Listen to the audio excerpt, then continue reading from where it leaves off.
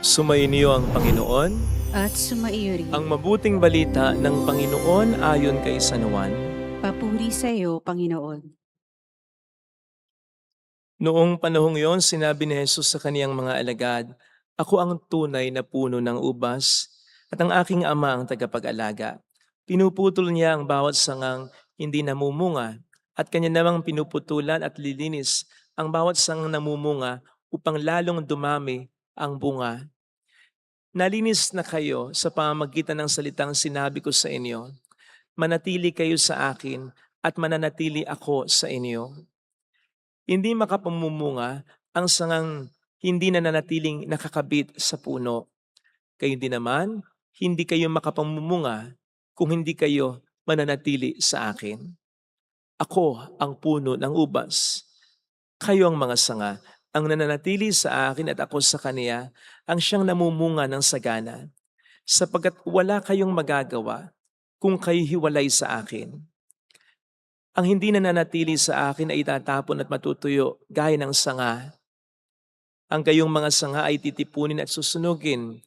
Kung nananatili kayo sa akin at nanatili sa inyo ang salita ko, hingin ninyo ang inyong maibigan at ipagkakaloob sa inyo. Napararangalan ang Ama kung kayo namumunga ng sagana at sa gayo'y napapatunayang mga alagad ko kayo." Mga kapatid, ang mabuting balita ng Panginoon. Pinupuri ka namin, Panginoong Hesukristo.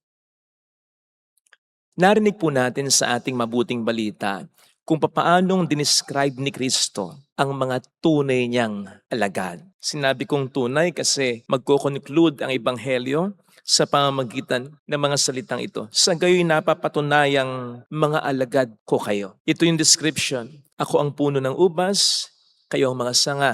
Ang nanatili sa akin at ako sa kanya, ang siyang namumunga ng sagana sapagkat wala kayong magagawa kung kayo hiwalay sa akin. Sa palagay po ba natin, tayo ang dinidescribe dito ni Kristo? Tayo nga po ba ay maituturing niyang mga tunay niyang disipulo? Palagay ko makatutulong ang paglalarawan pang ito. Minsan po, naglilibot ako dyan sa may patio. Nagulat ako kasi may namataan akong sanga ng bongganvillia na lanta. Yung mga dahong nakakabit sa kanya, kuluntoy na, kaunti na lang magbabrown na. Kinabahan na ako kasi akala ko ang namatay ay yung puno ng bongganvillia. Until i-check kong mabuti, yung sanga lang pala. Kasi yung sanga hindi na nakakabit, nakakonekta sa pinakapuno niya. Marahil po mayroong nakasagi, may nakaputol, hindi natin alam kung sinasadya o hindi. Maaaring iniwan na lang yung sanga na nakatabi dun sa pinakapuno ng bongganvillia para hindi mahalata na ito ay nasira, ito ay na-disconnect. So parang walang nangyari. Kasi sa unang tingin talaga, lalong-lalo na sa mga unang sandali, hindi mo talaga aakalain na lanta yung sanga. Kasi nga, nakatabi pa sa pinakapuno nito. Malago pa kahit paano ang dahon. Pero syempre, lilipas ang panahon. Kaunting panahon lang, magiging obvious na lanta na talaga yung sanga sapagkat hindi na nakakonekta, kundi nakatabi na lang o malapit na lamang sa pinakapuno niya. Hindi na ito nakakakuha ng nutrients mula sa puno. Kasi nga, nakatabi lang, nakalapit lang, pero hindi talaga nakadikit, nakakabit o nakakonekta. So ito ngayon yung tanong para masagot natin yung tanong kanina. Kung tayo nga po ba ay mga tunay na alagad ng Panginoon, tayo po ba ay nakakabit talaga sa Kanya o nakalapit lang? Nakakonekta talaga sa Kanya o nakatabi lang? Akala ko nung una nakakonekta pa, nakakabit pa yung sanga sa puno ng bongganvillia. Until makita kong ito'y lanta na. Kasi nakalapit lang pala, nakatabi lang pala. Hindi totoong nakakabit o nakakonekta. Mahirap ditong malaman sa atin kung sino talaga ang mga tunay na alagad ng Panginoon. Because closeness may look like connectedness. Kasi by proximity, close naman tayo kay Jesus. Ayan, nandito tayo sa simbahan. Close tayo sa Kanya. Nandun lang ang Santissimo. Nagdarasal tayo. May mga rosaryo tayo sa bulsa. Nagninilay tayo ng salita niya. Tumutulong naman tayo kahit paano. Wala naman din tayong inaargabyadong tao. But then, Closeness does not necessarily mean connectedness. Proximity does not necessarily mean intimacy. Karanasan natin kung minsan katabi natin yung isang tao pero malayo ang puso natin sa taong ito. Huwag naman sanang maging ganyan ang ating relasyon sa Panginoon sapagkat yan ang ikalalanta, ikamamatay natin pagdating ng panahon. Yung close lang tayo pero hindi tayo konektado. You see, isa pa na pwede makalito sa atin ay yung mga blessings na meron tayo. Money, success sa career, sa ministry, popularity, good health, nice friends, wonderful family. Kasi baka isipin natin na porke meron tayo ng lahat ng ito, ay nakakonekta na talaga tayo kay Kristo. Well, not necessarily, sapagkat yung mga bungang sinasabi ng Panginoon dito ay hindi more on material na bagay, kundi yung ating malalim at mabuting karakter o disposition sa buhay. Yung bungang sinasabi dito ay more on sinasabi ni Saint Paul sa Galatians 5:22, yung fruit of the Spirit, love, joy, peace, kindness, patience, gentleness, self-control. Ito yung mga sinasabing bunga na dapat meron tayo para mag-gauge natin kung talagang tayo konektado kay Kristo sapagkat mas mahalagang blessings ang mga ito. Yung mga blessings na nabanggit ko kanina, bagamat walang masama sa kanila, mawawalan lang kwenta ang lahat ng yan. Mawawala ang lahat ng yan. Masisira ang lahat ng yan. Hindi magtatagal ang lahat ng yan kung wala ang mga pangunahing blessings na ito na sinasabi ni San Pablo. Yes, we may be full outside but empty inside. Successful but not fulfilled. Adored by man but not pleasing to God. Rich materially but poor spiritually. Kung ganyan po, it's just a matter of time. Malalanta at malalanta rin po tayo. Mamamatay at mamamatay rin po tayo. Sa lungkot, sa loneliness, sa emptiness, sa fear, sa doubt, sa uncontentment. Sapagkat hindi talaga tayo nakakonekta sa puno. Magkakaalaman pagdating ng panahon na feeling blessed lang pala talaga tayo. Hindi truly blessed dahil disconnected tayo sa puno kay Kristo. Ngayon pa lamang po pwede nating makita kung tayo nakakonekta kay Kristo talaga, kung umulad ba tayo sa ating pagmamahal sa Diyos, lumalim ba ang ating relasyon sa Kanya, nagiging mapagmahal ba tayo sa ating kapwa-tao kahit sa mga hindi ka mahal-mahal, lumalawak ba ang pangunawa natin, humahaba ba ang pasensya natin, lumalaki ba ang puso natin para mahalin kahit na mga mahirap mahalin, mas nagiging malakas ba tayo na umiwas sa tukso, mas nakagagawa ba tayo ng mabuti sa ating kapwa-tao na hindi tayo parang naobliga lamang na gawin ito? Gumagawa ba tayo ng mabuti kahit na walang nakakakita at kahit walang nagpapahalaga? Gumaganti ba tayo ng kabutihan para sa gumagawa sa atin ng kasamaan? Mag-gauge na po natin Dito po natin sukatin kung tayo ay talagang nakakonekta sa Panginoon natin. Huwag po sana tayong makontento mga kapatid na nakalapit lang, nakatabi lang kay Kristo. Kumonekta po sana tayo. Dumikit, kumabit po talaga sana tayo. Sapagkat yung pagtabi lang natin kay Kristo, paglapit lang natin sa Kanya, pansamantala lang yun. Katulad ng example ko kanina, sa mga unang nakakita nung sanga, hindi naman iisiping patay na Dahil sa mga unang sandali, syempre, malago pa rin ang mga dahon nun.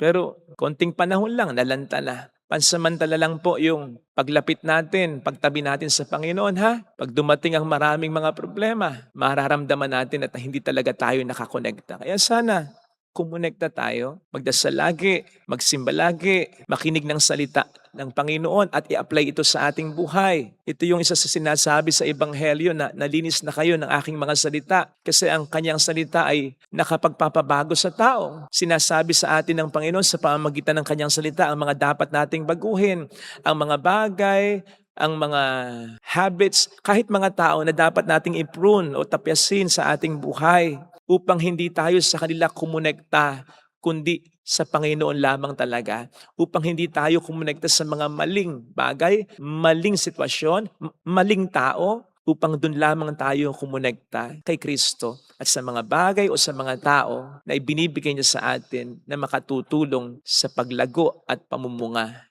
natin. Ito po sana mga kapatid ang ating pagdasal ngayon sa ating banal na pagdiriwang. Amen. Ilagay natin ang ating kanang kamay sa tapat ng ating puso.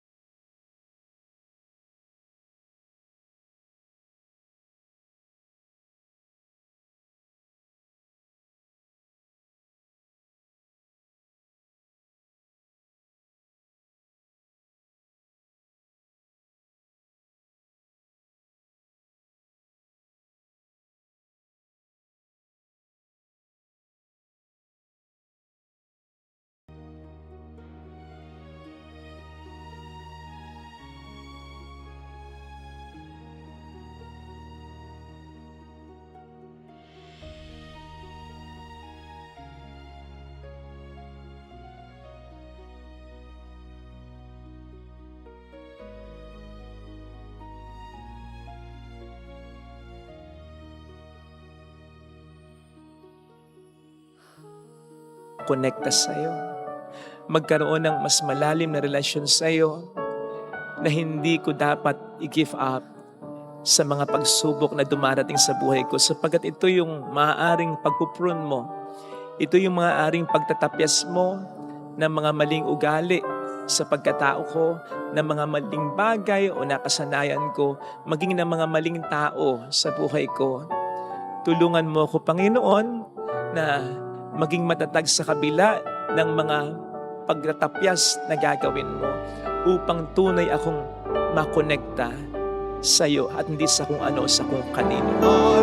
Hallelujah! Hallelujah! Pasalamatan sa iyo. Siya ay muling babalik sa atin. Hindi niya tayo iiwan. Hindi niya tayo pababayaan. Paniwalaan natin. Hallelujah! Purihin ang Diyos. Hallelujah! Sa takdang panahon, babalik ang Panginoon upang tayo ay tapat siya sa kaniyang mga pangako sa atin. Sabihin mo sa sarili mo, mayroong magandang mangyayari sa iyo. Higit pa sa inaasahan mo. Basta't nakakonekta ka sa Diyos. Darating ang unos, pero tulad ng sanga na nalalagasan ng dahon, mananatili kang buhay at muling magtatahon dahil nakakabit ka sa puno sa ating Panginoon. Kung lalapit kay Jesus, kung lalapit kay Jesus. Papuri sa Ama at sa Anak sa Espiritu Santo, kapara na sa unang-una, ngayon magpakailanman at magpasamalahanggan. Amen. Thank you for watching. Please like, share, and subscribe.